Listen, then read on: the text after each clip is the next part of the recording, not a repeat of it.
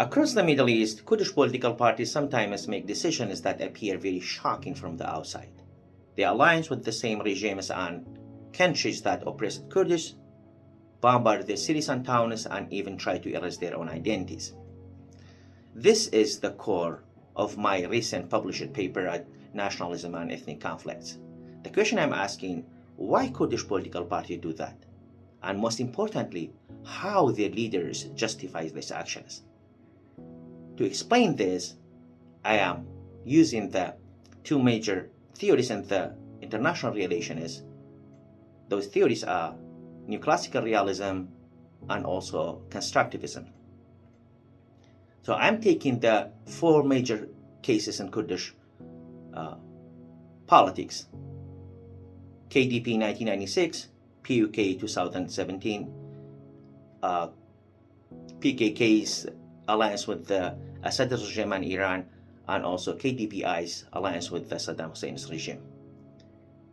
So, based on the neoclassical realism, we can understand that the one reason that pushes Kurdish political parties to align with those regimes is the nature of the politics in this region, which is shaped by uncertainty and power and security.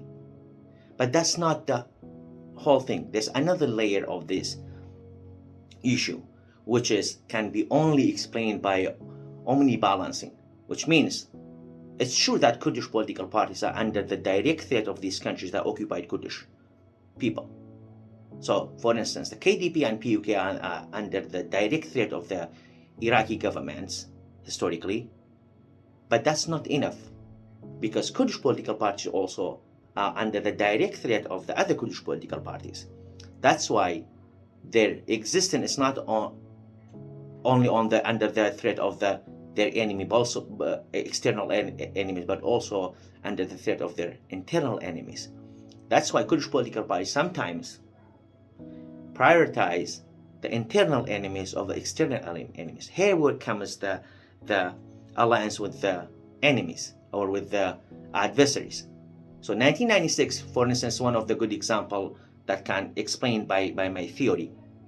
In 1996, PUK became a real threat to the existence of the KDP rather than Iraqi regime. So Iraqi regime wasn't the major threat to the KDP, but rather it was the PUK, to an extent that the PUK's forces surrounded the Pir Mam and also the Sari Rush.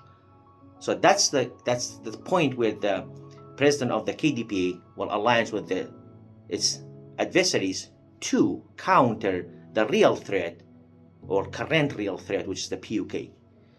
But that's also not the whole story, because you cannot just tell your followers that this is the realism and that's why I alliance with the Saddam Hussein. There should be a more persuasive justification. Here comes the constructivism to explain this action, for instance. So what they do, leaders come tell you that our existence is under the threat. Not just that, Kurdish existence under the threat. They will try to make their existence in the same level as the existence of Kurdish. Besides that, they also try to tell you, just like how former president of the Iraqi Kurdistan, Masoud Barzani, told the press that our existence was under the threat. And we asked anyone to help us, nobody did. So we used it our last resort. So, going back to the same question, why Kurdish political parties alliance with their enemies? We can go back to the threats on their existence. That's a major reason why they alliance with their enemies. And the second, how they justify this is by making their existence in the same level of the existence of Kurdish. So our existence is as important as the existence of Kurdish. So it's okay if we do maneuver with our enemies to remove the threat that it's more real and more dangerous. Thank you.